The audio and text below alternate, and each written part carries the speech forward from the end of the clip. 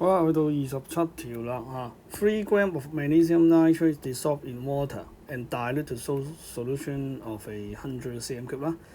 What is the concentration of iron in the solution？ 3 gram 嘅 magnesium nitrate 咧溶咗落去100 cm cube 嘅水裏邊啦，溶咗落水再dilute到100 cm cube，即係 total volume of water 嗰個 solution 咧就係100 cm cube 啦。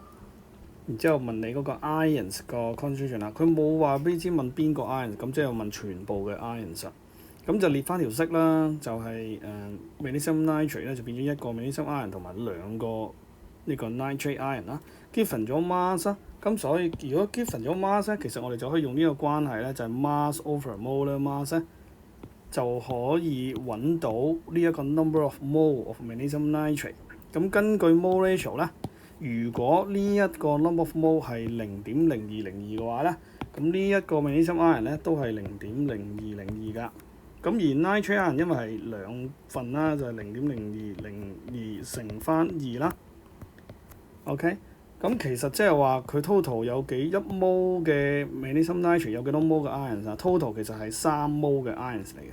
咁即係話其實將佢加埋就 OK 㗎啦。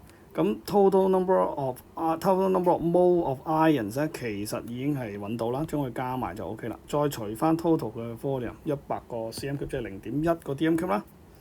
咁就應該揾到答案啦，係咪？呢度 Probability of ions 用呢一個 number of mole of magnesium nitrate 乘翻3或者係0.0202加呢一個數，咁都係揾到一樣 total number of mole of ions 嘅。再 over 翻 total volume 就揾到個答案啦，就係 B 啦。OK。